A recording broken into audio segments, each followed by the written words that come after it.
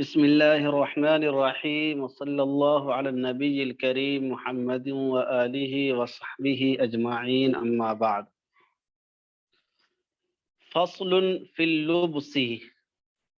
يحرم لبس الحرير ولو بحائل بينه وبين بدنه على المذهب الصحيح. وعن الإمام إنما يحرم إذا مس الجلد. قال في القنية وهي رخصة عظيمة في موضع عمت به البلوى أو في الحرب فإنه يحرم أيضا عنده. وقال يحل في الحرب على الرجل للمرأة إلا قدر 4 أصابع كأعلام الثوب. تو در مختار کی کتاب الحظر والاباحہ کا بیان چل رہا ہے، جس میں اس سے پہلے کھانے پینے سے متعلق اور سونے چاندی کے استعمال سے متعلق، سونے چاندی کے برتنوں، قلم دوات وغیرہ کے استعمال سے متعلق اور دعوت وغیرہ سے متعلق تفصیلات آ چکی ہیں۔ اب یہاں سے ایک نیا باب شروع ہو رہا ہے، کتاب الحظر والاباحہ ہی کا باب ہے۔ فصل فی اللبس یعنی لباس و پوشاک کا بیان، لباس و پوشاک کے بارے میں یہ وضاحت کر رہے ہیں یہاں سے کہ کس طرح کے کپڑے پہننا درست ہے، کون کون سے کپڑے پہننا جائز ہے، کون سے ناجائز ہیں، اس کی تفصیلات یہاں سے شروع ہو رہی ہیں۔ دیکھیے، بنیادی طور پر تو آپ یہ بات اپنے ذہن میں رکھیں کہ ایسا کپڑا اور اتنا کپڑا پہننا تو ہر آدمی پر فرض ہے جتنے میں ستر عورت ہو سکے اور آدمی ٹھنڈی اور گرمی میں محفوظ رہ سکے، کیونکہ اگر ایسا کپڑا آدمی نہیں پہنتا ہے تو وہ گویا کہ اپنے آپ کو ہلاکت میں ڈالنے والا ہوگا۔ اور قرآن مجید کی وضاحت سے بات معلوم ہوتی ہے کہ وَلَا تُلْقُوا بِأَيْدِيكُمْ إِلَى التَّهْلُكَةِ کہ آدمی اپنے آپ کو ہلاکت میں نہیں ڈال سکتا ہے۔ تو اتنا کپڑا پہننا تو ہر شخص کے لیے ضروری ہے اور فرض ہے۔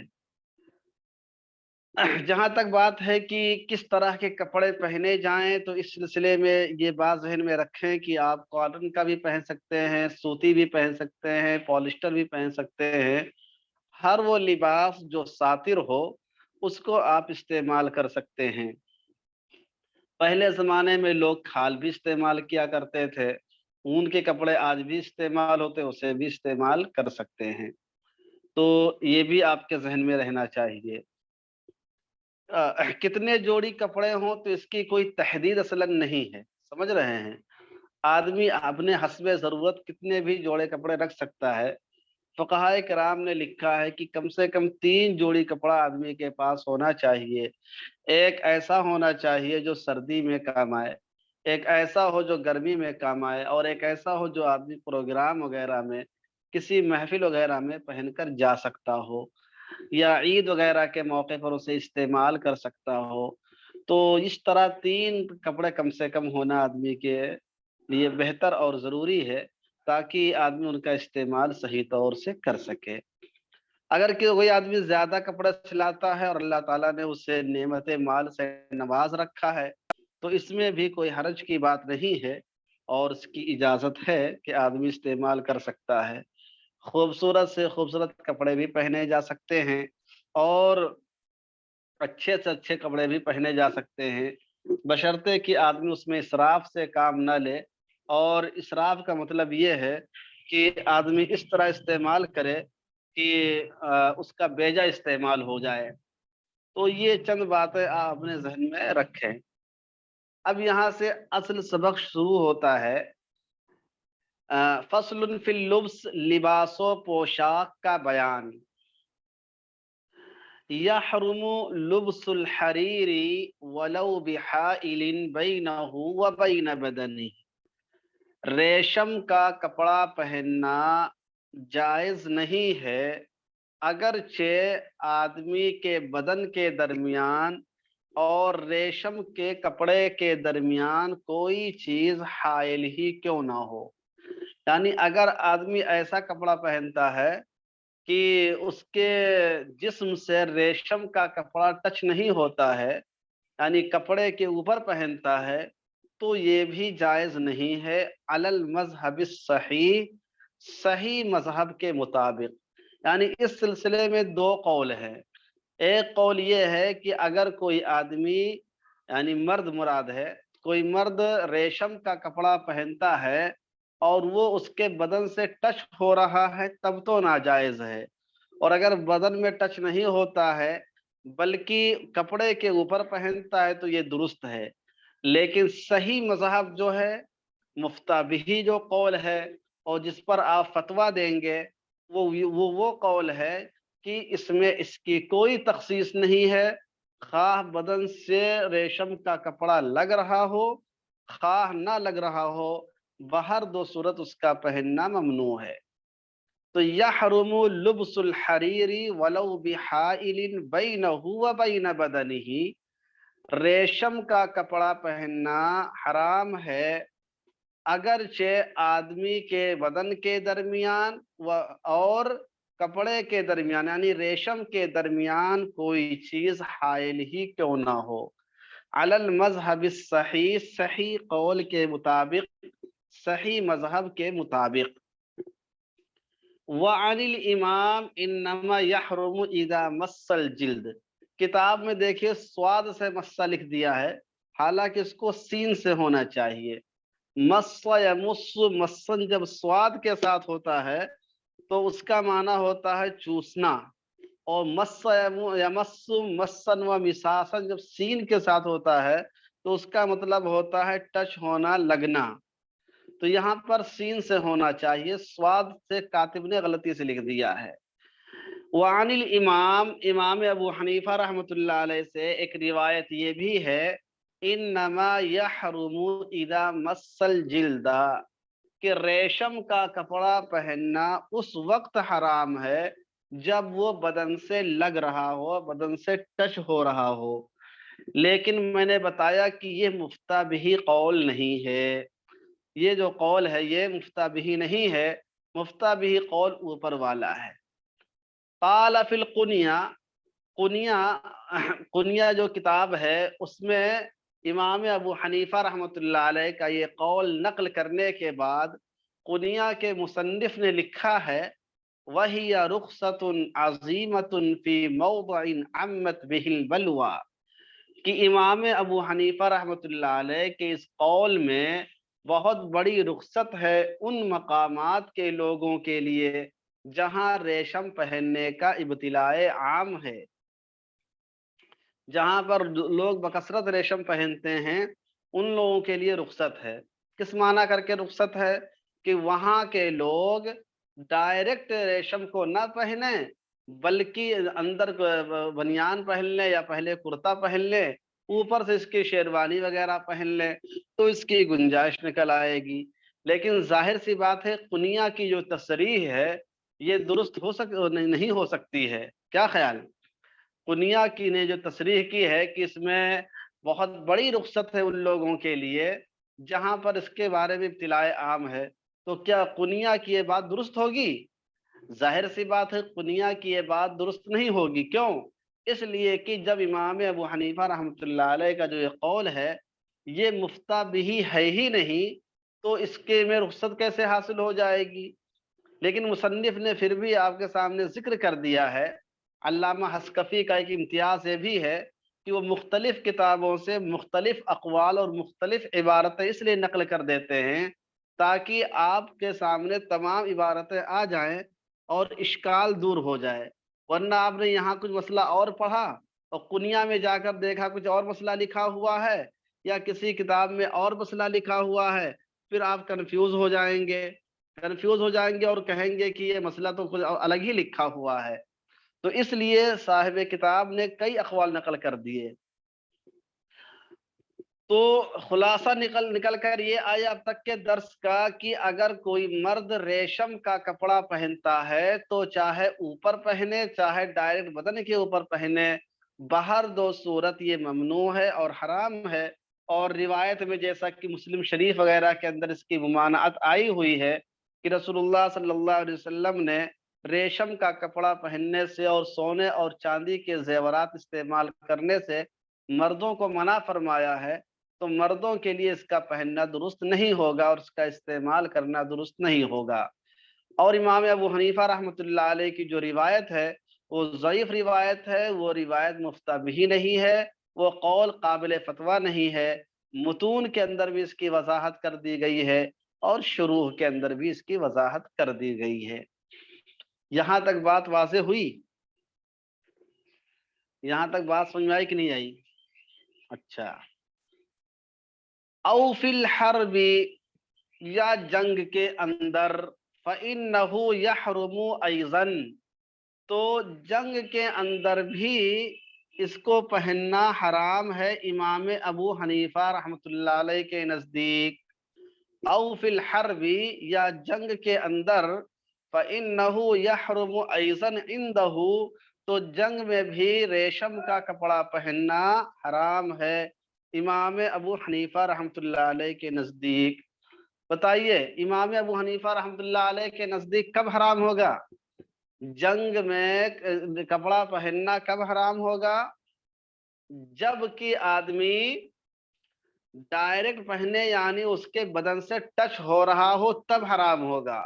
لیکن اگر کپڑے کے اوپر پہن لے، تو جیسا کہ اوپر ابھی قول نقل ہوا ہے امام ابو حنیفہ رحمۃ اللہ علیہ کا، ان کے نزدیک کپڑے کے اوپر پہننے سے درست ہو جائے گا۔ سمجھ رہے ہیں؟ وقال، اور صاحبین نے فرمایا، امام محمد رحمۃ اللہ علیہ نے اور امام ابو یوسف رحمۃ اللہ علیہ نے فرمایا، یحل فی الحرب، جنگ میں ریشم کا کپڑا پہننا جائز ہے۔ اور بعض صحابہ کرام سے جنگ کی حالت میں ریشم کا کپڑا پہننا ثابت بھی ہے۔ تو جنگ میں کیوں پہننا درست ہے؟ اس لیے پہننا درست ہے کہ جنگ میں اس کی ضرورت پیش آتی ہے، اس لیے کہ یہ اس کا جو دھاگا ہوتا ہے وہ بہت مضبوط ہوتا ہے، اگر اس پہ تلوار وغیرہ لگے بھی تو جلدی کٹتا نہیں ہے، تو اس سے حفاظت ہوتی ہے۔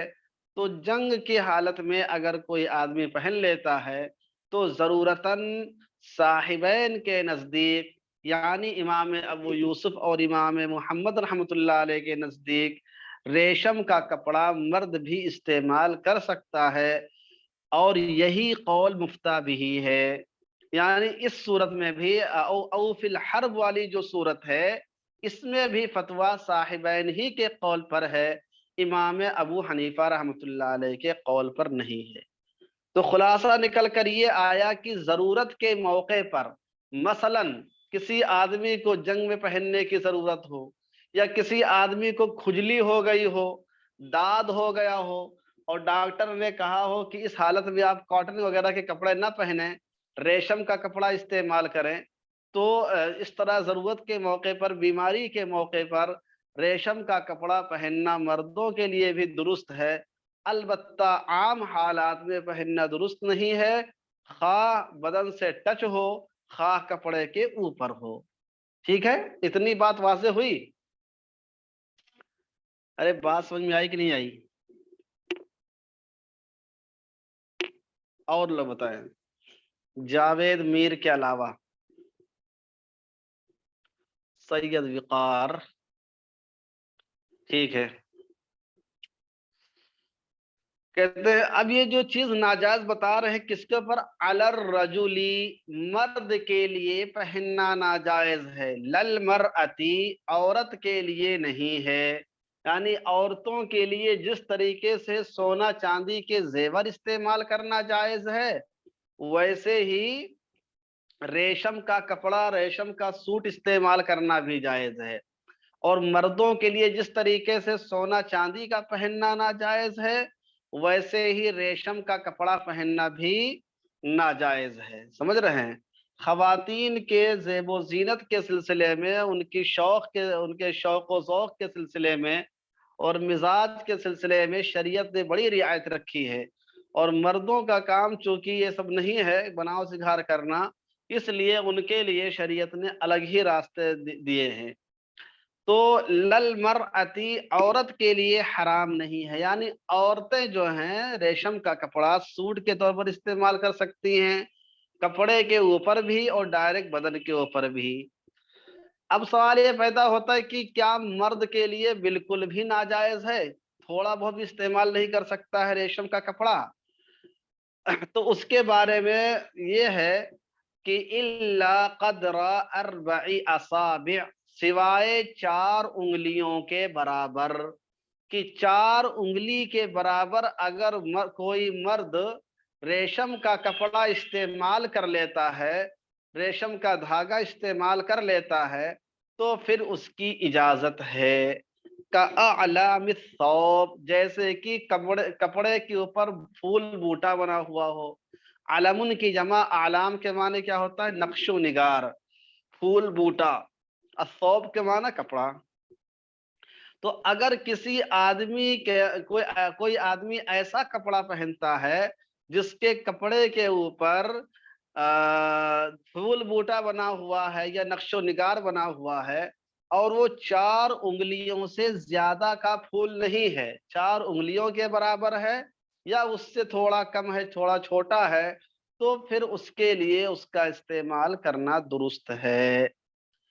خلاصہ نکل کر یہ آیا کہ مرد 4 انگلی کے برابر ریشم کو استعمال کر سکتا ہے، اس سے زیادہ استعمال نہیں کر سکتا ہے۔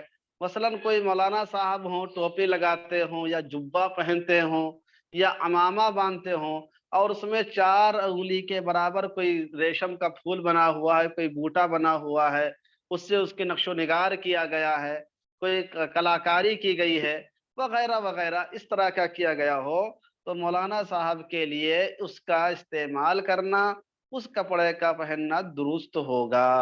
ٹھیک ہے؟ اب سوال یہ پیدا ہوتا ہے کہ ایک طرف تو ابھی ریشم کی ممانعت آئی تھی، اتنے کی اجازت کیوں دی گئی ہے؟ تو اس کی وجہ یہ ہے کہ خود حدیث مبارکہ سے بات ثابت ہے کہ رسول اللہ صلی اللہ علیہ وسلم نے 4 انگلیوں کے برابر استعمال کرنے کی اجازت دی ہے۔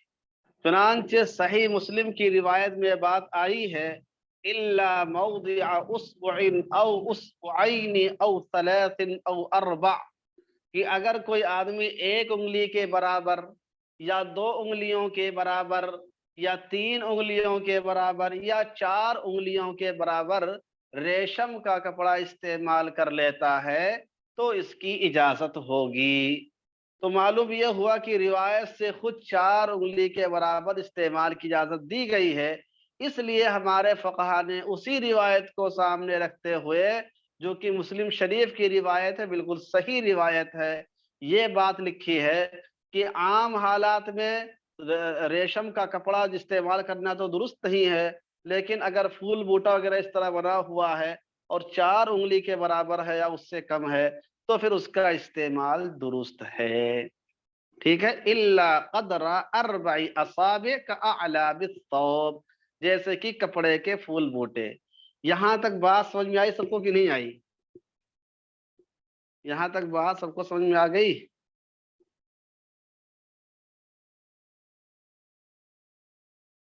جی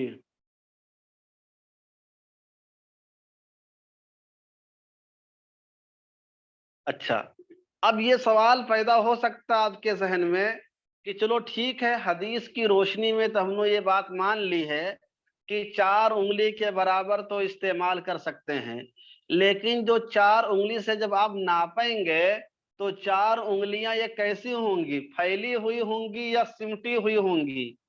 ملی ہوئی سے ناپیں گے یا پھیلا کے ناپیں گے؟ مصنف نے فرمایا مضمومتن، یہ جب 4 انگلیوں سے آپ ناپیں گے تو 4 انگلیاں ملی ہوئی ہوں۔ مضمومت ضم یضم کا اس میں مفعول کا صیغہ ہے، مؤنث کا صیغہ ہے۔ مضمومت، وہ انگلیاں ملی ہوئی ہوں، 4 ملی ہوئی انگلیوں کے برابر اجازت ہے۔ وقیل منشورت، اور دوسرا قول یہ ہے کہ نہیں، 4 انگلیاں پھیلی ہوئی ہوں تو بھی چلے گا، یعنی چاہے پھیلی ہوئی انگلی سے ناپیں گے، جیسے آدمی کیا ہوتا ہے، جب آدمی جب عام طور سے ہاتھ رکھتا ہے تو اس کے انگلیوں کے درمیان خلا ہوتا ہے نا، تو اگر پھیلی ہوئی انگلیاں ہیں تو بھی اس سے بھی ناپ سکتے ہیں۔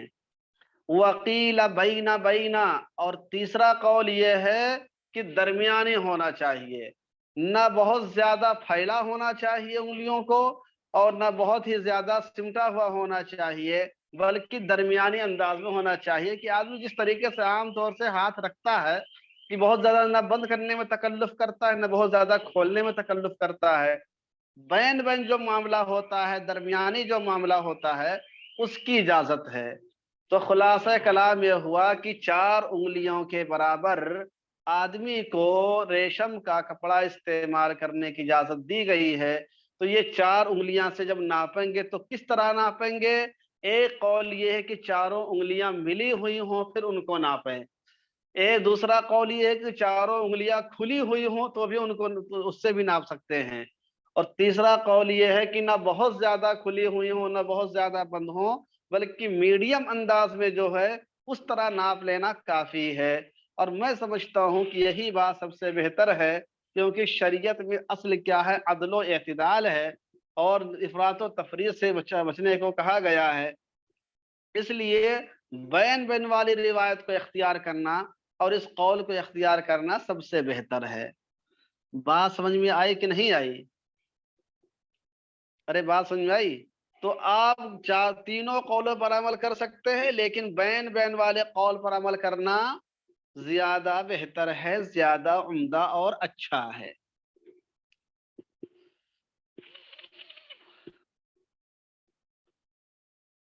اب ایک سوال یہ پیدا ہو سکتا ہے آپ کے ذہن میں کہ اگر ایک ہی کپڑے میں کئی جگہ پھول بوٹے بنے ہوئے ہوں تو کیا ہوگا؟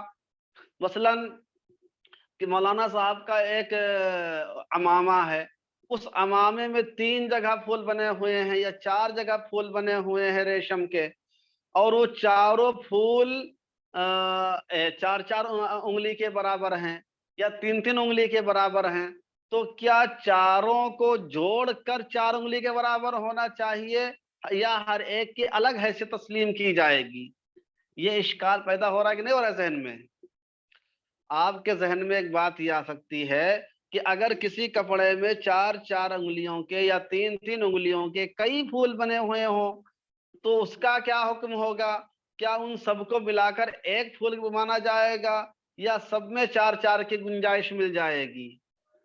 اس کا جواب یہ ہے وَظَاهِرُ الْمَذْهَبِ عَدَمُ جَمْعِ الْمُتَفَرِّقِ، ظاہر مذہب یہ ہے، مشہور قول یہ ہے، مشہور مذہب یہ ہے کہ متفرق مقامات پر اگر یہ پھول بنے ہوئے ہیں، متفرق جگہوں پر اگر یہ بیل بوٹے بنے ہوئے ہیں تو ان سب کو جمع نہیں کیا جائے گا، یعنی ان سب کو جوڑ کر 4 انگلی نہیں ہونا ضروری نہیں ہے، بلکہ اگر ہر ایک 4 انگلی کے برابر ہے، اس سے کم ہے تو بھی چل جائے گا، تو بھی چل جائے گا۔ وَظَاهِرُ الْمَذْهَبِ عَدَمُ جَمْعِ الْمُتَفَرِّقِ، مشہور مذہب، ظاہر مذہب یہ ہے، یعنی مذہب حنفی کا مشہور قول یہ ہے کہ متفرق مقامات پر اگر پھول بنے ہوئے ہیں تو ان سب کو جمع کر کے 4 کے برابر نہیں لایا جائے گا۔ وَلَوْ فِي عِمَامَةٍ، چاہے ایک ہی عمامے کے اندر کیوں نہ ہو، كَمَا بُسِطَ فِي الْقُنْيَةِ، جیسا کہ قنیہ میں اس کی تفصیل بیان کی گئی ہے۔ تو یہ نکل کر آیا کہ اگر ایک ہی کپڑے میں، ایک ہی عمامے میں، ایک ہی کرتے میں، ایک ہی ٹوپی میں کئی جگہ پر پھول بنے ہوئے ہیں ریشم کے، تو ان سب وہ سارے پھول اگر 4 انگلی کے برابر ہیں یا اس سے کم ہیں تو اس کا استعمال کرنا درست ہوگا، سب کو جوڑ کر 4 انگلی کے برابر ہونا ضروری نہیں ہے۔ اب ایک سوال آپ کے ذہن میں اور آ سکتا ہے، وہ یہ آ سکتا ہے کہ اگر کسی کپڑے میں بہت زیادہ پھول بنے ہوئے ہوں، اتنے زیادہ پھول بنے ہوئے ہیں کہ وہ ریشم ہی کا نظر آتا ہے، سمجھ رہے ہیں؟ تو اب اس کا کیا حکم ہوگا؟ علامہ شامی رحمۃ اللہ علیہ نے اس عبارت کے ذیل میں اس مسئلے پر بحث کی ہے۔ علامہ شامی رحمۃ اللہ علیہ نے لکھا ہے کہ یہ چیز اس صورت میں ہے جبکہ بہت زیادہ پھول نہ بنے ہوئے ہوں، اگر اتنے زیادہ پھول بنے ہوئے ہیں کہ کپڑا کم پڑ جاتا ہے، پھول ہی پھول خالی نظر آ رہا ہے، اور دیکھنے میں غالب حصہ کیا ہے، ریشم ہی کا ہو جاتا ہے، تو پھر اس کے استعمال کی اجازت نہیں ہوگی۔ علامہ شامی نے لکھا وَإِن زَادَتْ بِالْجَمْعِ مَا لَمْ يُرَ كُلُّهُ حَرِيرًا، جب تک کہ پورا ریشم ہی نظر نہ آئے تب تک کہ چند پھول بوٹوں کو حکم یہی ہوگا کہ ان سب کو جمع نہیں کیا جائے گا، اور جمع کرنے سے سب کو ایک کا درجہ نہیں دیا جائے گا، بلکہ ہر ایک کی حیثیت الگ تسلیم کی جائے گی۔ لیکن اگر اتنا زیادہ پھول بوٹا بنا ہوا ہے کہ خالی وہ ریشم ہی ریشم نظر آ رہا ہے اور کپڑا کم نظر آ رہا ہے، تو للاکثر حکم الکل کے تحت، جیسا کہ مولانا عبداللہ صاحب فرما رہے ہیں، اسی کا حکم لگے گا۔ تو یہ سارے اشکالات آپ کے دور ہوئے کہ نہیں ہوئے؟ ارے بات سمجھ میں آئی؟ کپڑے میں پھول بوٹے سے متعلق اور ریشم کے استعمال سے متعلق اگر یہ 4-5 مسائل کوئی آدمی آپ سے پوچھے تو آپ بتا سکتے ہیں نہیں بتا سکتے ہیں؟ بولیے، آپ اس کو بتا دیجئے گا بہت آسانی سے۔ اور لوگ بتائیں، مولانا عفیف صاحب، محمد احمد صاحب بتا رہے ہیں کہ بتا سکتے ہیں، اور لوگ بتائیں۔ ہاں، ہر ایک کا خلاصہ اپنے ذہن میں رکھیں کہ کپڑے، ریشم کے کپڑے سے متعلق ہم نے کیا تفصیلات پڑھی ہیں، وہ آپ کے ذہن سے خلاصہ ہونا چاہیے، اور اس کے بعد اگر کچھ ڈیپلی بات ہوگی تو اس کے اندر آپ مزید یہاں پر آ کے تفصیل دیکھ سکتے ہیں۔ اب یہ بات ہو گئی یہاں تک کہ کما بسط فی القنیہ، جیسا کہ قنیہ کے اندر اس کی تفصیل موجود ہے۔ اب دیکھیے کیا ہے، وَفِيهَا إِمَامَةٌ تَرَّزَهَا قَدْرَ 4 أَصَابِعٍ مِنْ إِبْرِيسَمْ مِنْ أَصَابِعِ عُمَرَّ رضی اللہ عنہ وَذَلِكَ قِيسُ الشِّبْرِينَ يُرَخَّصُ فِيهِ۔ یہ دیکھیے بڑی عجیب بات آ رہی ہے، وَفِيهَا أي فِي القُنِيَّةِ، قنیہ ہی کے اندر یہ بات بھی لکھی ہوئی ہے۔ کیا بات لکھی ہوئی ہے؟ امامتن ترزہا قدر 4 اصابع من ابریسم، کہ ایک امامہ ایسا ہے جس میں نقش و نگار بنایا ہے 4 انگلی کے برابر، قدر 4 اصابع، 4 انگلی کے برابر اس میں نقش و نگار بنایا ہے، من ابریسم، ریشم سے۔ دیکھیے، ایک ہوتا ابریشم ہوتا ہے، ایک ہوتا ہے القز ہوتا ہے، اور ایک ہوتا ہے کیا کہتے ہیں اس کو، ایک لفظ اور استعمال ہوتا ہے اس میں ریشم کے لیے، حریر، ہاں الحریر ہوتا ہے، اور ایک ہوتا ہے الدیباج ہوتا ہے۔ تو الدیباج بھی ریشم ہی کو بولتے ہیں، ابریشم بھی ریشم ہی کو بولتے ہیں، اور الحریر بھی ریشم ہی کو بولتے ہیں۔ تو ریشم کے لیے کئی الفاظ استعمال ہوتے ہیں، لیکن کوئی لفظ کچے ریشم کے لیے استعمال ہوتا ہے، کوئی پکے ریشم کے لیے استعمال ہوتا ہے، سمجھ رہے ہیں؟ کوئی ایسے ریشم کے لیے جس میں تانا ریشم کا لگا ہوا ہو، بانا کسی اور دھاگے کا ہو، اس کے لیے استعمال ہوتا ہے، اور کوئی ایسا ہوتا ہے جس میں بانا کیا ہے، ریشم کا ہو، تانا کسی اور چیز کا ہو۔ ہر ایک کی وضاحت آہستہ آہستہ آتی جائے گی۔ وفیہا، اور قنیہ ہی کے اندر لکھا ہوا ہے، امامتن، کہ ایک امامہ ایسا ہے، ایک پگڑی ایسی ہے جس میں 4 انگلی کے برابر نقش و نگار کیا ہے، من ابریشم، ریشم سے، اور یہ انگلی کتنی بڑی ہے، من اصابع عمر رضی اللہ عنہ، حضرت عمر رضی اللہ تعالی عنہ کی انگلیوں کے برابر، وَذَلِكَ قِيسُ الشِّبْرِينَ، اور حضرت عمر کی جو انگلی تھی وہ ہماری ایک بالشت کے برابر ہو جاتی ہے۔ حضرت عمر رضی اللہ عنہ کی جو 4 انگلیاں تھیں وہ ہماری ایک بالشت کے برابر ہے، وَذَلِكَ قِيسُ الشِّبْرِينَ، اور وہ ہمارے ایک بالشت کی مقدار کی ہے، یرخص فیہ، تو اس کے اندر بھی رخصت ہے۔ اب دیکھیے، قنیہ کی اس بات سے بات معلوم ہوتی ہے کہ اگر حضرت عمر رضی اللہ تعالی عنہ کی انگلیوں کے برابر بھی پھول بوٹا بنا ہوا ہے تو اس کی بھی اجازت ہے، اس کو بھی استعمال کر سکتے ہیں۔ حالانکہ حضرت عمر رضی اللہ تعالیٰ عنہ کی جو انگلی تھی وہ ہماری ایک بالشت کے برابر ہو جاتی ہے، تو اس کا مطلب یہی تو نکلا کہ ایک بالشت کے برابر اگر پھول بوٹا بنا ہوا ہو تو اس کی بھی اجازت ہے۔ ارے بھائی، یہ مطلب نکلے گا نہیں نکلے گا؟ تو قنیہ کی اس عبارت سے بات معلوم ہوتی ہے کہ ایک بالشت کے برابر ہو تو بھی چلے گا، اور اس سے پہلے جو آپ نے پڑھا متن کے اندر اور دیگر کتابوں کے حوالے سے، اس میں یہ پڑھا کہ 4 انگلی کے برابر ہو تو چلے تو ہی وہ ہوگا، اس سے زیادہ میں ناجائز ہو جائے گا۔ اب مسئلہ یہ ہے کہ کس پر عمل کیا جائے گا۔ تو قنیہ کی یہ بات متقدمین کے لیے اور اس دور کے لوگوں کے لیے ہے، سمجھ رہے ہیں؟ اور ہم لوگوں کے لیے ہماری انگلیوں کا اعتبار ہوگا، سمجھ رہے ہیں؟ اس دور میں ہم لوگوں کی انگلیوں کا اعتبار ہوگا، حضرت عمر رضی اللہ تعالیٰ عنہ کی انگلی کا اعتبار نہیں ہوگا۔ حضرت عمر کے لیے تو ان کی انگلی کا اعتبار تھا، لیکن ہم لوگوں کے لیے نہیں، کیونکہ وہ اپنی انگلی سے کھانا کھاتے تھے، ہم لوگ اپنی انگلی سے کھانا کھاتے ہیں۔ بات سمجھ میں آئی کہ نہیں آئی؟ تو اس قول پر فتویٰ نہیں دیں گے۔ قنیہ کے اندر یہ جو من اصابع عمر والا جو قول نقل کیا ہے، اس قول پر فتویٰ اس دور میں نہیں ہوگا، فتویٰ اسی قول پر ہوگا جو اس سے پہلے آ چکا ہے کہ نارمل جو 4 انگلیاں ہوتی ہیں، سواء کانت مضمومتن او منشورتن او بین بینا، اس پر فتویٰ ہوگا، اس والے قول پر فتویٰ نہیں ہوگا۔ ٹھیک ہے، یہ بات بالکل واضح ہو گئی؟ جی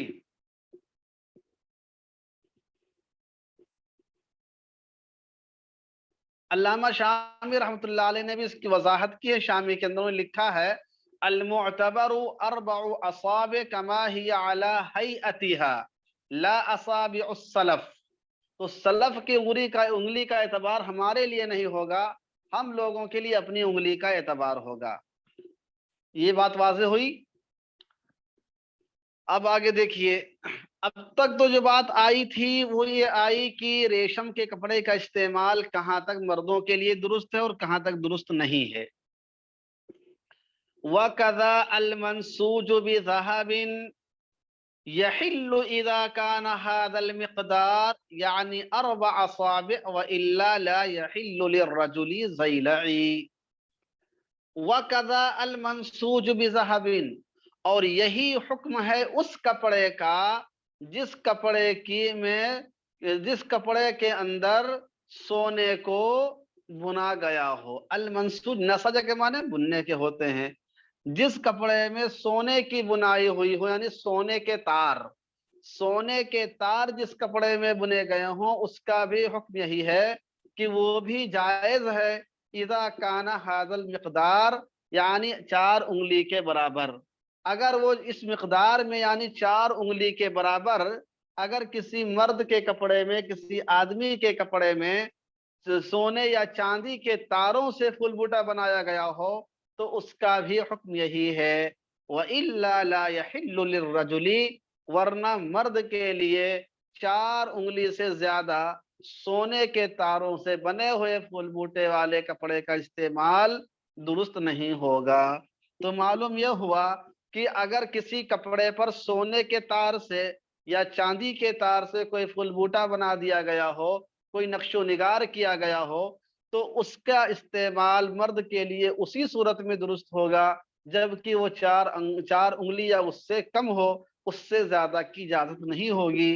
گویا سونا اور چاندی سے بنے ہوئے اور بنائے ہوئے کپڑے پر نقش و نگار کی حیثیت کا حکم وہی ہوگا جو ریشم کا اوپر بیان ہوا ہے۔ ٹھیک ہے، تو یہ مسئلہ بھی آپ کے ذہن میں ہونا چاہیے کہ کسی کپڑے پر اگر سونے چاندی کے پھول بوٹے بنائے گئے ہیں اس کے تاروں سے، تو اس کا حکم کیا ہوگا مردوں کے لیے؟ خواتین کے لیے تو بالکل اجازت ہے، وہ سونے چاندی کے جس طرح زیورات استعمال کر سکتی ہیں، وہ سونے چاندی کا پورا لباس بھی پہن سکتی ہیں۔ مسئلہ مردوں کے لیے ہے کہ مرد اس کا استعمال نہ زیور کے طور پر کر سکتا ہے اور نہ ہی لباس کے طور پر کر سکتا ہے، اس لیے کہ روایتوں میں صاف صاف سے اس کی ممانعت کی گئی ہے اور اس کو پہننے سے منع کیا گیا ہے۔ زیلعی کے حوالے سے مصنف نے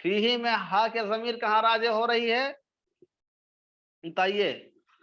وفیہ، اور اسی میں لکھا کہاں راجع ہا کی ضمیر؟ المجتبی کی جانب، کنیا کی جانب نہیں افسر، آج افسر تو سارا الٹا ہی بول رہے ہو، کیا بات ہے؟ کنیا مؤنث ہے اور فیہ میں مذکر کا صیغہ ہے، تو کیسے لوٹ جائے گی وہاں؟ آج الٹا ہی بول رہے ہو، کیا بات ہے؟ مجتبی کی جانب راجع ہے، جی ہاں، مجتبی ہی کے اندر لکھا ہے۔ مجتبی کے بارے میں بتا چکا ہوں کہ یہ قدوری کی شرح ہے۔ وفیہ، اور مجتبی ہی کے اندر لکھا ہوا ہے، وعن ابی حنیفۃ رحمہ اللہ تعالی امامۃ علیہا علم من قصب فضۃ قدر ثلاث اصابع لا بأس، اور مشتبہ کے اندر لکھا ہوا ہے کہ امام ابو حنیفہ رحمۃ اللہ علیہ سے مروی ہے کہ کوئی پگڑی ایسی ہو جس پر چاندی کے تاروں کا نقش و نگار بنا ہو، قصب تار، جس پہ چاندی کے تار کا نقش و نگار ہو، قدر ثلاث اصابع، 3 انگلیوں کے برابر، لا بأس، تو اس میں کوئی حرج نہیں ہے، ومن ذہب، اور اگر سونے کا تار ہو، یکرہ تو مکروہ تحریمی ہے، لیکن آپ بتائیے کیا یہ بات درست ہے؟ سونے چاندی کے تار میں کوئی فرق ہے؟ شرعی حکم کے اعتبار سے کوئی فرق نہیں ہے، اسی لیے آگے لکھا ہوا وقیل لا یکرہ، اور دوسرا قول یہ ہے کہ مکروہ نہیں ہے، یعنی چاہے سونے کا تار ہو چاہے چاندی کا تار ہو، مکروہ نہیں ہے۔ لیکن مشتبہ والے نے 2 قول نقل کیا امام ابو حنیفہ رحمۃ اللہ علیہ سے، امام ابو حنیفہ رحمۃ اللہ علیہ سے سونے کے تار کے سلسلے میں 2 قول نقل کیا، ایک کراہت کا نقل کیا اور دوسرا غیر کراہت کا نقل کیا ہے۔ آپ بتائیے کہ مفتہ بھی قول کون سا اس میں ہے؟ یکرہ والا یا قیل لا یکرہ والا قول؟ پہلا والا قول مفتہ بھی ہے یا دوسرا والا؟ دوسرا والا ہی قول مفتہ بھی ہے، یعنی چاہے آدمی سونے کے تار سے 4 انگلی کے برابر یا 3 انگلی کے برابر استعمال کرے، چاہے چاندی کے تار کو استعمال کرے، چاہے ریشم کو استعمال کرے، تینوں کا حکم ایک ہی ہے، ٹھیک ہے؟ وقیل لا یکرہ، دوسرا قول یہ ہے کہ مکروہ نہیں ہے، اور یہی قول مفتہ بھی ہے۔ تو خلاصہ نکل کر یہی آیا کہ کسی آدمی کے کپڑے پر اگر سونے یا چاندی یا ریشم کا 4 انگلی کے برابر یا اس سے کم کے اگر پھول بوٹے بنے ہوئے ہیں، نقش و نگار کیا گیا ہے، تو مرد کے لیے اس کا استعمال کرنا درست ہے، اور عورت کے لیے مطلقاً اس کا استعمال درست ہے، چاہے مکمل پہنے، چاہے پھول بوٹے کے ساتھ پہنے، چاہے جسم میں لگے چاہے نہ لگے، دونوں ساری صورتیں ان کے لیے درست ہیں۔ اب یہاں تک تو بات ہوئی تھی اس سلسلے میں کہ اگر سونے چاندی یا اس کے تار لگے ہوئے ہوں تو کیا ہوگا۔ اب اگر ریشم کا کوئی ٹکڑا لگا ہوا ہو تو کیا ہوگا؟ کہتے ہیں وَفِيهِ تُكْرَهُ الْجُبَّةُ الْمَكْفُوفَةُ بِالْحَرِيرِ، اور مجتبہ ہی کے اندر یہ مسئلہ بھی لکھا ہوا ہے، تُكْرَهُ الْجُبَّةُ الْمَكْفُوفَةُ، کہ ایسا جبہ پہننا مکروہ تحریمی ہے جس کے اطراف میں ریشم کا کپڑا لگا ہوا ہو۔ مکفوف کیا بولتے ہیں؟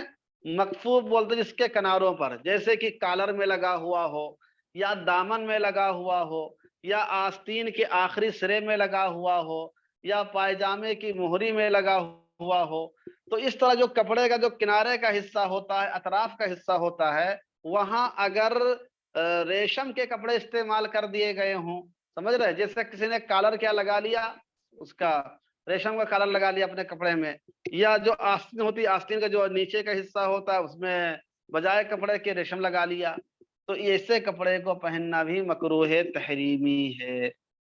دیکھیے، ایک ہے ریشم کے تاروں سے پھول بوٹے بنانا، اس میں باضابطہ ریشم کا کپڑا استعمال نہیں ہوتا ہے بلکہ ریشم کے دھاگے استعمال ہوتے ہیں، اور اس سے پھول بوٹا بنایا جاتا ہے۔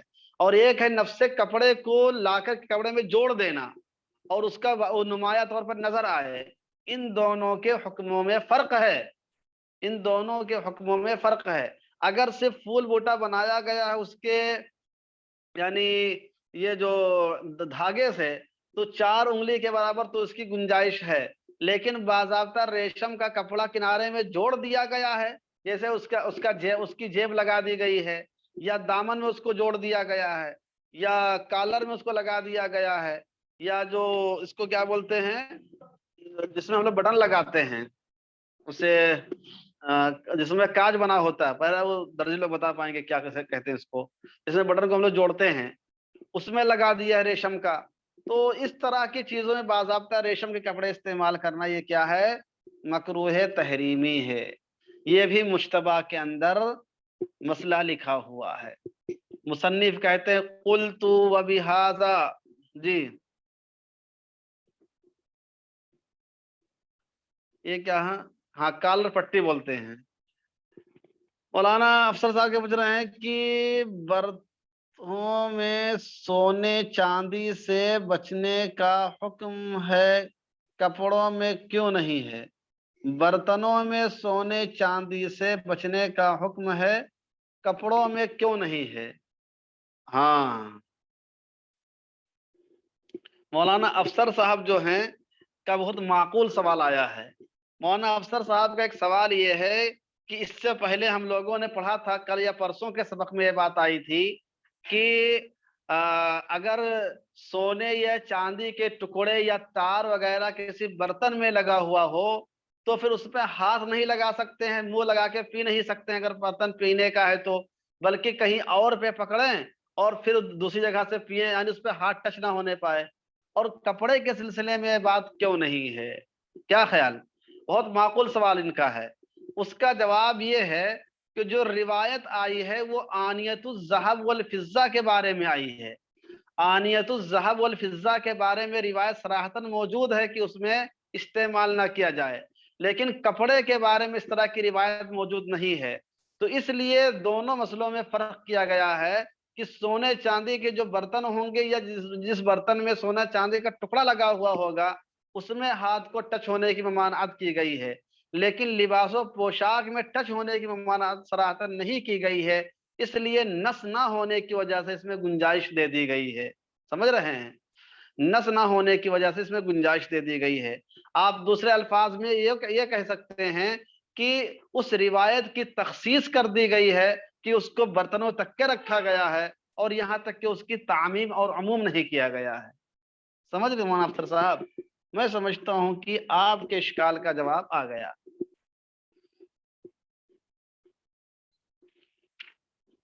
سمجھ رہے ہیں نا مولانا صاحب، افسر صاحب؟ جی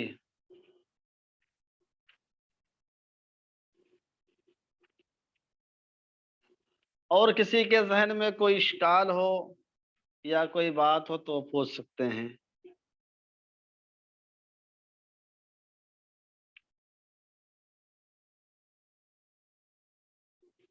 جی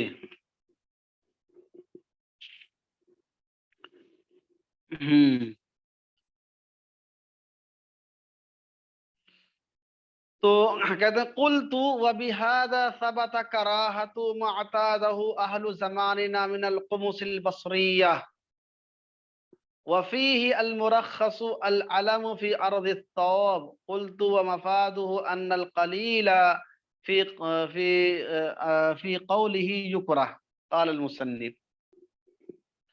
اب دیکھیے کیا ہے، یہاں تک بات تو آپ کو واضح طور پر سمجھ میں آ گئی۔ کہتے ہیں قلت کہ اوپر جو مشتبہ کی بات آئی ہوئی ہے کہ مشتبہ کے مصنف نے یہ بات لکھی ہے کہ اگر کسی جبے کے اطراف میں اگر ریشم کے کپڑے لگے ہوئے ہوں تو اس کا پہننا مکروہ تحریمی ہے۔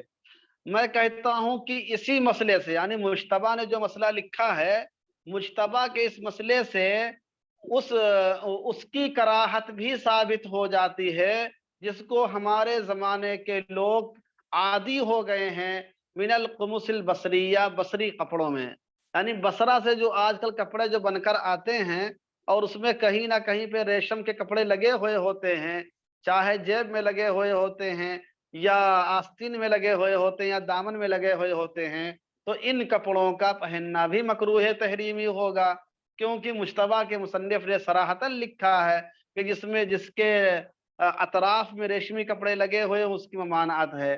اور اس دور کے اندر بھی پینٹ شرٹ پہننے والے جو لوگ ہوتے ہیں ان کے ہاں بھی بعض کپڑے ایسے آتے ہیں کہ کالر میں یا ہاتھ کے آستین میں یا دام وغیرہ میں یا جو کاج ہوتا ہے اس میں اس طرح کی چیزیں لگی ہوئی ہوتی ہیں، تو کاج پٹی جو ہوتی ہے اس میں ریشم کا کپڑا لگا ہوتا ہے، تو اس کا حکم بھی یہی ہوگا جو اہل بصرہ کے کپڑے کا ہے، اور جو جبہ مکفوفہ کا حکم آپ نے مجتبی کے حوالے سے پڑھا ہے۔ اب ایک نئی چیز اور دیکھیے کیا کہہ رہے ہیں صاحب، وفیہ، اور اسی کے اندر لکھا ہوا ہے، کس کے اندر بولیے؟ فیہ میں ہا کی ضمیر کہاں راجع ہے؟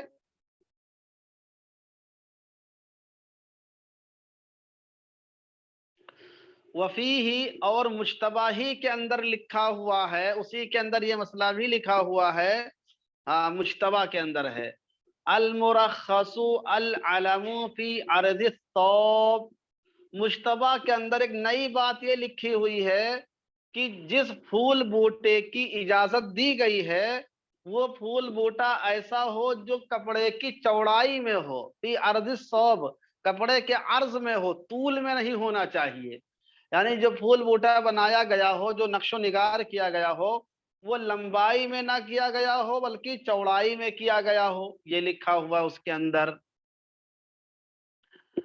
قلت میں کہتا ہوں مفادہ ان القلیل فی طولہ، اس میں لکھا فی قولہ لکھا ہوا، یہ قولہ غلط ہے، یہ کاتب کی غلط ہے، اس کو طول ہی ہونا چاہیے۔ ومفادہ ان القلیل فی طولہ یکرہ، کہ مجتبی کی اس بات سے یہ بات معلوم ہوتی ہے کہ اگر لمبائی میں تھوڑا بھی اگر ہوگا تو مکروہ تحریمی ہوگا، تو معلوم یہ ہوا کہ مجتبی والے نے یہ بات لکھی ہے کہ جو پھول بوٹے بنے بھی تو وہ چوڑائی کے اندر بننے چاہیے، لمبائی کے اندر نہیں بننے چاہیے۔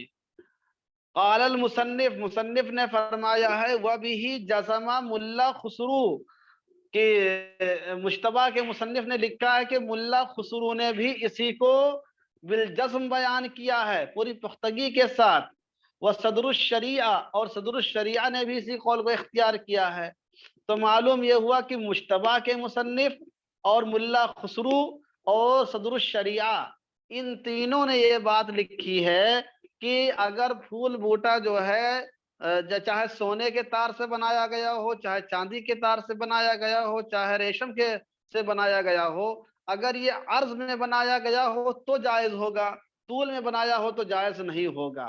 ان تین لوگوں نے مسئلہ لکھا ہے، لیکن اطلاق الہدایت وغیرہا یخالفہ، لیکن ہدایہ اور اس کے علاوہ دیگر کتابوں میں جو مطلق عبارت ہے وہ اس کے مخالف ہے، وہ کیا اس کے مخالف ہے، یعنی ہدایہ کے اندر اور بعض دیگر متون کے اندر مطلق بات لکھی گئی ہے کہ چار انگلی کے برابر پھول کی اجازت ہے، چاہے یہ پھول طول میں ہو، چاہے عرض میں ہو، چاہے دونوں طرف ہو، تو گویا اس سلسلے میں دو قول ہو گئے، ایک قول یہ ہو گیا کہ عرض میں ہوگا تو ہی جائز ہوگا، طول میں ناجائز ہوگا، اور ایک قول یہ ہوا کہ چاہے جیسے ہو جائز ہوگا۔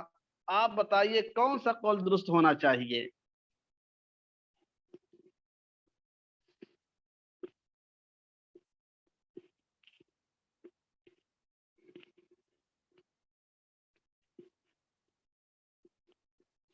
جی ہاں،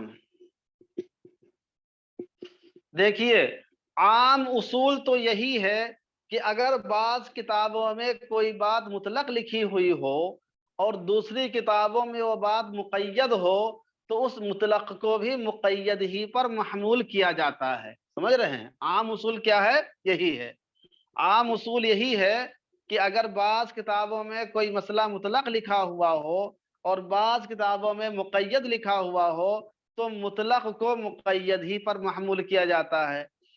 اس اصول کا تقاضا یہ ہے کہ ہدایہ وغیرہ کی بات کو ملا خسرو صدر الشریعہ کے مطابق ماننا چاہیے، اس کی تقید کرنی چاہیے، لیکن دلائل پر اگر آپ نظر ڈالیں کہ دلائل میں رسول اللہ صلی اللہ علیہ وسلم نے 4 انگلی کی اجازت دی ہے، جیسا کہ مسلم شریف کی روایت میں ہے کہ اسبعین او اسبعین او ثلاث و اربع، کی 4 انگلی کی اجازت دی ہے، تو روایتوں کے اندر 4 انگلی کا عموم ہے، مطلق ہے، تو مطلق ہونے کے اعتبار سے دیکھا جائے، یعنی دلیل کو دیکھا جائے تو صاحب ہدایہ وغیرہ کی بات مضبوط معلوم ہوتی ہے، اور اصول کو دیکھا جائے تو ملا خسرو وغیرہ کی بات مضبوط معلوم ہوتی ہے۔ اس لیے دلائل کو راجح قرار دیتے ہوئے مطلق والا قول ہی راجح ہوگا، اور چاہے آدمی طول میں بنائے تو بھی جائز ہے، عرض میں بنائے تو بھی جائز ہے۔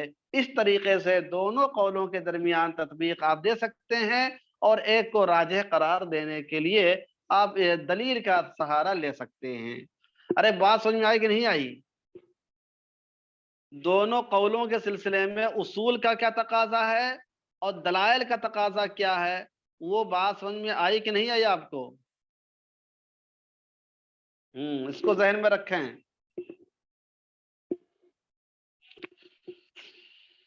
اچھا، اب آگے دیکھیے، ایک نئی بات اور آ رہی آگے۔ وفی السراج عن السیر الکبیر العلم حلال مطلقا صغیرا کان او کبیرا، قال المصنف وهو مخالف لما مر من التقييد بأربع أصابع وفيه رخصة عظيمة لمن ابتلي به في زماننا۔ اور السراج الوحاج کے اندر لکھا ہوا ہے، السراج سے مراد کیا، کون سی کتاب ہوتی ہے؟ السراج الوحاج، یہ بھی کیا ہے؟ قدوری کی شرح ہے۔ السراج الوحاج کے اندر السیر الکبیر جو کہ امام محمد کی کتاب ہے، امام ابو حنیفہ کے شاگرد رشید، تو امام ابو حنیفہ رحمۃ اللہ علیہ کے شاگرد رشید کی کتاب السیر الکبیر کے حوالے سے السراج الوحاج کے اندر لکھا ہوا ہے العلم حلال مطلقا، کی علم یعنی پھول بوٹا مطلقاً حلال ہے، یعنی اس کا استعمال کرنا مطلقاً جائز ہے، صغیرن کانا او کبیرن، خواہ یہ چھوٹا ہو یا بڑا ہو، خواہ وہ چھوٹا ہو یا بڑا ہو۔ اب آپ بھی کنفیوز ہو رہے ہوں گے کہ کیا کیا باتیں بتا رہے ہیں۔ ابھی آیا تھا کہ 4 انگلی کے برابر ہونا چاہیے، پھر آیا تھا کہ مضمومہ ہونا چاہیے کہ منشورہ ہونا چاہیے، پھر آیا تھا کہ حضرت عمر کی انگلی کے برابر ہونا چاہیے، اب آ رہے ہیں کہ مطلقاً جائز ہے۔ آپ اتنا کنفیوز ہو جاتے ہوں گے کہ ایک ہی بات کو اتنے طریقے سے بیان کرتے ہیں۔ اصل اس کی وجہ یہ ہے کہ سارے اقوال کو آپ کے سامنے پیش کر دیتے ہیں تاکہ صحیح سارے قول آپ کے سامنے جب رہیں گے تو آپ کے لیے فیصلہ کرنا اور ایک کو دوسرے میں تطبیق دینا آسان رہے گا، اور کہاں پر کیا چیز مراد لی گئی ہے وہ بھی آپ کے سامنے واضح ہو جائے گی۔ اس لیے اس میں پریشان ہونے کی بات نہیں ہے، سمجھ رہے ہیں؟ تو یہاں سراج الوحاج کے اندر سیر کبیر کے حوالے سے لکھا ہوا ہے کہ علم حلال ہے، پھول بوٹا بنانا حلال ہے مطلقاً، چاہے چھوٹا ہو چاہے بڑا ہو۔ قال المصنف، مصنف نے فرمایا ہے وَهُوَ مُخَالِفٌ لِمَا مَرَّ مِنَ التَّقْعِيدِ بِأَرْبَعِ أَصَابِعٍ، لیکن السیر الکبیر اور السراج الوحاج کی جو بات ہے یہ تو مخالف ہے اس بات کے جو 4 انگلی کی تقعید کے بارے میں ابھی تھوڑی دیر پہلے گزری تھی۔ ابھی تھوڑی دیر پہلے گزری تھی کہ 4 انگلی کے بارے میں 4 انگلی ہی کے برابر کی گنجائش ہے، اور یہاں کہتے ہیں صغیر ہو تو بھی چلے گا، کبیر ہو تو بڑی تو بھی چلے گا، اور کبیر تو بمبئی تک کے ہو سکتا ہے نا بھائی۔ اگر کوئی آدمی یہاں سے لے کر بمبئی اتنا بڑا اگر کوئی آدمی پھول بوٹا بنا دے اور تو کیا جائز قرار دیا جائے گا، اس کو پہن لیا جائے گا۔ کہتے وفیہ رخصت عظیمۃ لمن ابتلی بہ فی زماننا، اور اس قول میں بہت بڑی رخصت ہے ان لوگوں کے لیے جو ہمارے زمانے میں اس میں مبتلا ہیں۔ لیکن ظاہر سی بات ہے کیسے اس میں رخصت ہو جائے گی؟ جب یہ قول صحیح ہی نہیں ہوگا تو کیسے اس میں رخصت ہو جائے گی؟ جب ابھی آپ نے بیان کیا کہ راجح قول یہی ہے کہ 4 انگلی کے برابر کی اجازت دی گئی ہے، اس سے زیادہ کی اجازت نہیں ہے، تو سیر کبیر اور سراج الوحاج کی اس قول پر کیسے مبتلا بھی کو آپ فتویٰ دے دیں گے؟ اس لیے یہ بات درست نہیں ہے۔ اچھا، آپ یہ بتائیے کہ قال المصنف سے کون سا آدمی مراد ہے؟ اس میں کئی مقامات پر قال المصنف بتایا ہے، اور میں نے جب آپ کو کتاب الاضحیہ پڑھائی تھی تو کتاب الاضحیہ میں نے بتایا تھا کہ جب یہاں پر استعمال ہوتا ہے قال المصنف یا قال المصنف تو اس سے کون سا آدمی مراد ہوتا ہے اور کہاں پہ وہ بات لکھی ہوئی ہوتی ہے؟ بتائیے، کسی کے ذہن میں وہ بات ہے؟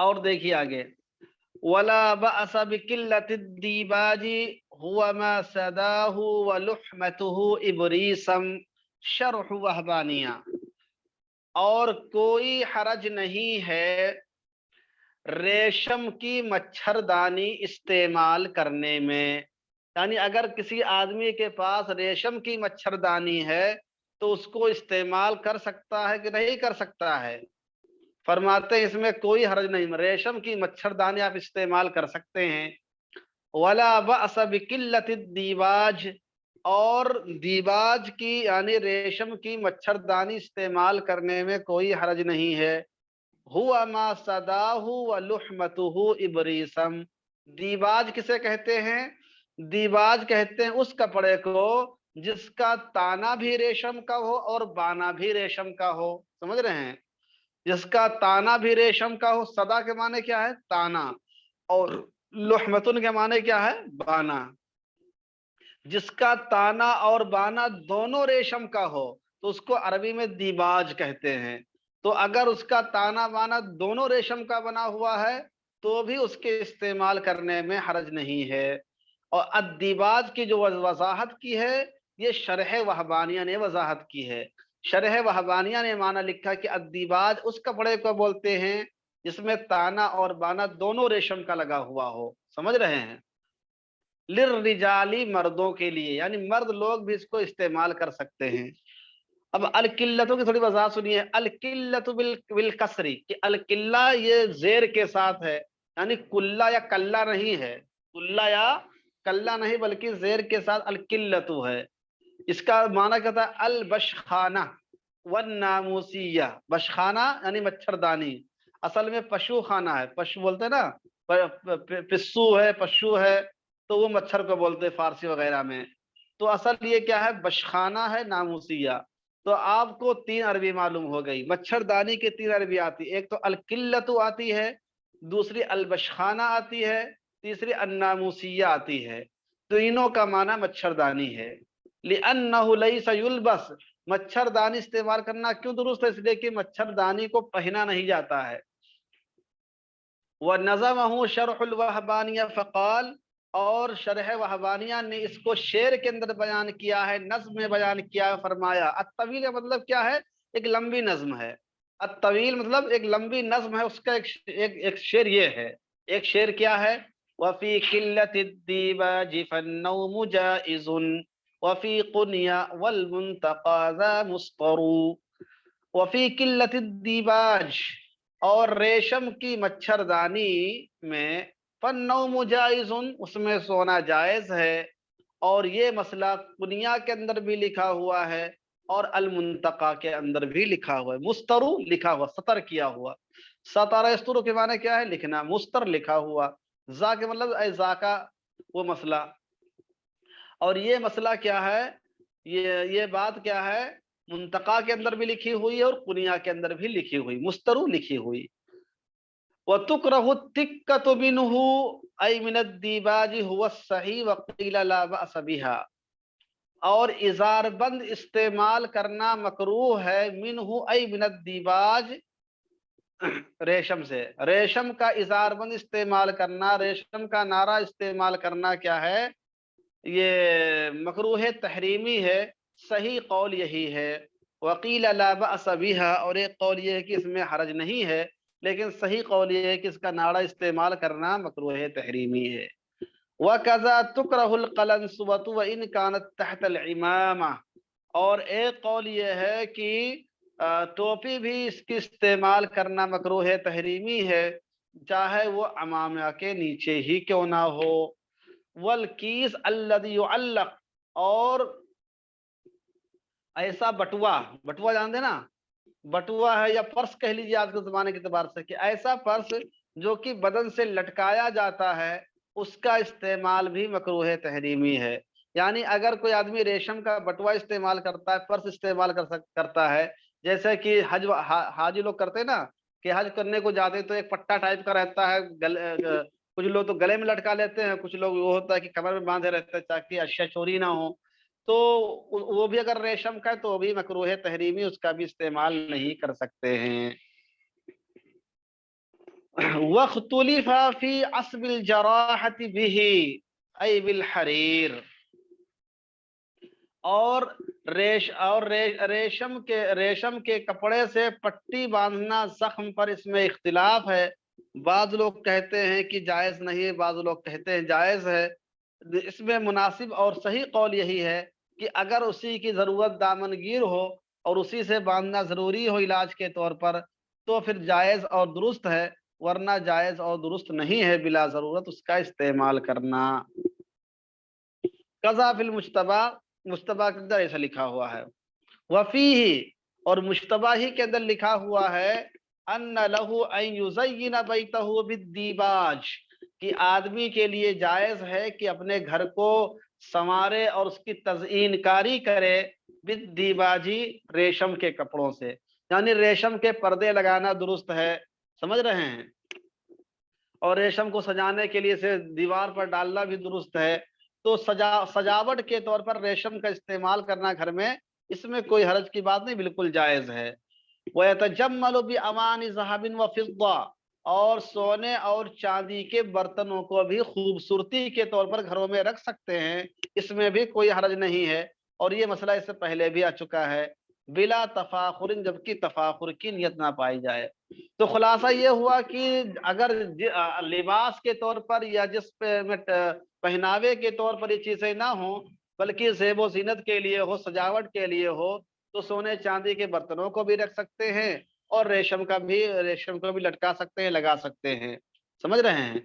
اسی طریقے سے جیسے اگر آپ کے پاس چابی ہے، چھلا ہے، یا اس طرح کی چیزوں میں اگر ریشم کو لگانا چاہے تو اس کی بھی اجازت ہے، سمجھ رہے ہیں۔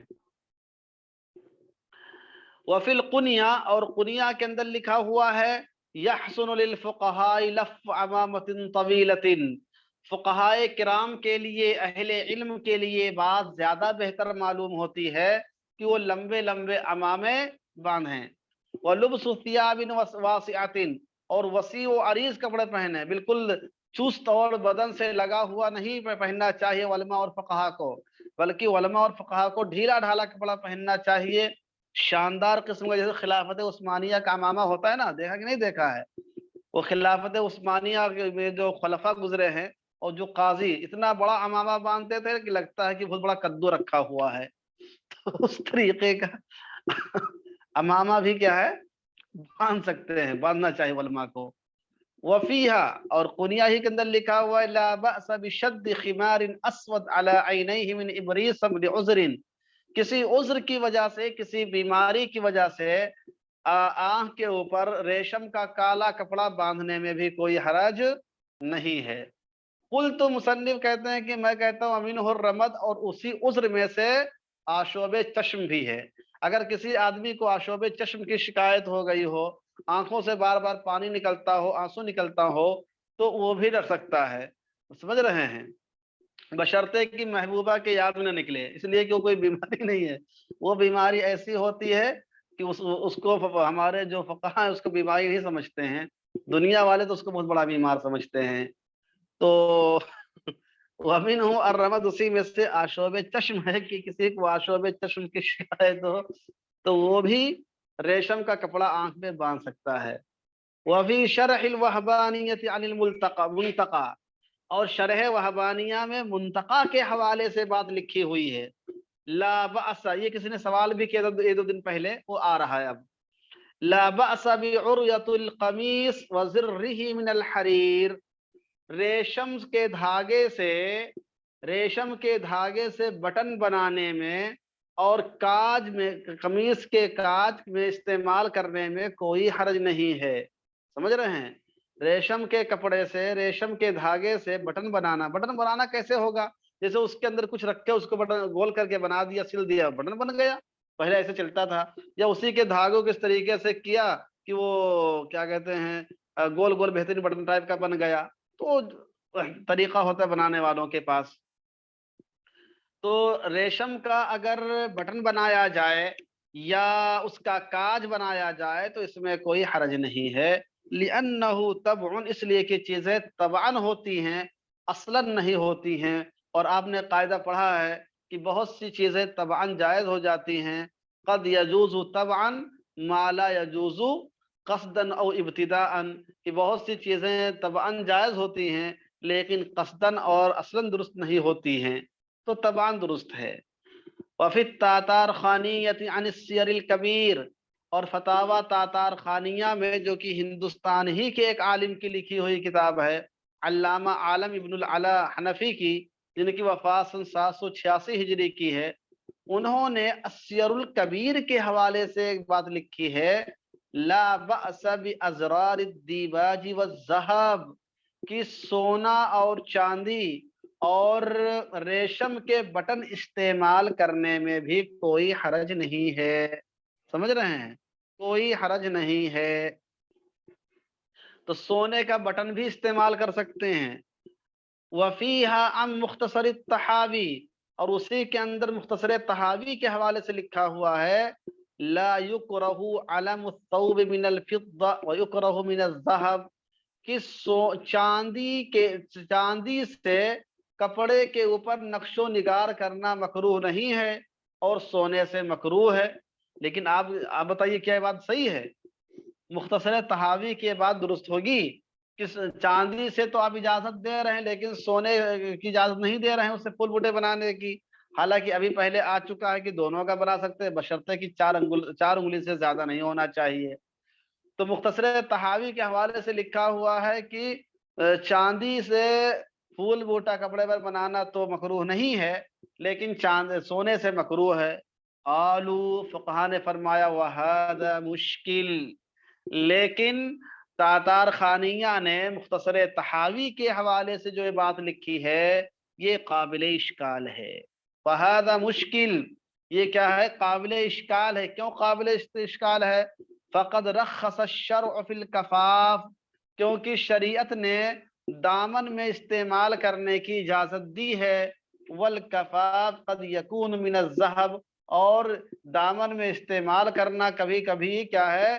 سونے سے بھی ہوتا ہے، اس لیے تھوڑا بہت اس کے استعمال کرنے میں دونوں کا حکم برابر ہی رہے گا اور اس میں کوئی فرق نہیں کیا جائے گا۔ وَيَحِلُّ تَوَسُّدُهُ وَافْتِرَاشُهُ وَالنَّوْمُ عَلَيْهِ، اور ریشم کے کپڑے کا تکیہ بنانا بھی جائز ہے، اس کا بستر بنانا بھی جائز ہے، اور اس پر سونا بھی جائز ہے۔ یہ امام ابو حنیفہ رحمۃ اللہ علیہ کی رائے ہے، سمجھ رہے ہیں؟ امام ابو حنیفہ رحمۃ اللہ علیہ کے نزدیک اس کا تکیہ بنا بھی سکتے ہیں، بستر بھی بنا سکتے ہیں، اس پر سو بھی سکتے ہیں۔ وقال والشافعی ومالک حرام، لیکن صاحبین نے فرمایا اور امام شافعی اور امام مالک نے فرمایا کہ نہیں نہیں بھائی، تکیہ بھی نہیں بنا سکتے ہیں، بستر بھی نہیں بنا سکتے، اس پر سو بھی نہیں سکتے ہیں، نہ تشریف رکھ سکتے ہیں اور نہ ہی بدن رکھ سکتے ہیں، یہ حرام ہے۔ وَهُوَ الصَّحِيحُ كَمَا فِي الْمَوَاهِبِ، اور یہی قول زیادہ صحیح ہے، یعنی صاحبین اور امام شافعی اور امام مالکی کا قول زیادہ صحیح ہے کہ اس پر نہ تکیہ بنا سکتے ہیں، نہ بستر بنا سکتے ہیں، نہ اس پر آرام فرما سکتے ہیں، کما فی المواہب، جیسا کہ مواہب الرحمن میں بات لکھی ہوئی ہے۔ قلت فلیحفظ ھذا، میں کہتا ہوں لہذا اس بات کو آپ یاد رکھیے، لیکنہ خلاف المشہور، لیکن جو امام ابو حنیفہ رحمۃ اللہ علیہ کے بات نقل کی گئی ہے یہ خلاف مشہور بات ہے، یہ بات کیا ہے؟ مشہور قول کے خلاف، اس لیے اس پر فتویٰ نہیں ہوگا، فتویٰ صاحبین کے قول پر ہوگا۔ وَأَمَّا جَعْلُهُ دِثَارًا أَوْ إِزَارًا فَإِنَّهُ يُكْرَهُ بِالْإِجْمَاعِ، شرح مجمع ابن ملک۔ اور جہاں تک ریشم کا یا سونے اور چاندی کا دثار بنانے کی بات ہے، بنیان کے طور پر استعمال کرنا یا اظہار کے طور پر استعمال کرنا، تو پھر یہ بالاجماع حرام ہے، یعنی مکروہ تحریمی، یعنی حرام ہے۔ سراج الوحاج نے اس بات کو لکھا ہے، اور چاندی جہاں پر لگی ہوئی ہو وہاں پر بیٹھنا تو یہ بھی حرام ہے بالاجماع۔ شرح المجمع کے حوالے سے جو کہ ابن ملک کی کتاب ہے اس کے حوالے سے مصنف نے یہ بات پیش کی ہے۔ تو سونے کا بٹن بنانا جائز، سونے چاندی کے بٹن اور ریشم کے بٹن استعمال کرنا جائز ہے، کاج استعمال کرنا جائز ہے، سونے چاندی اور ریشم کے جو پھول بوٹے بنانا 4 انگلی کے برابر وہ بھی جائز، اس کا استعمال کر سکتے ہیں، اور مچھردانی استعمال کر سکتے ہیں، اور ہر اس جگہ پہ استعمال کر سکتے ہیں جس میں اس کو پہننا لازم نہ آتا ہو بلکہ یوں ہی بیرونی استعمال اس سے ہوتا ہو۔ یہ رہا آج کا درس یہاں تک کے، اور باقی تفصیل انشاءاللہ کل۔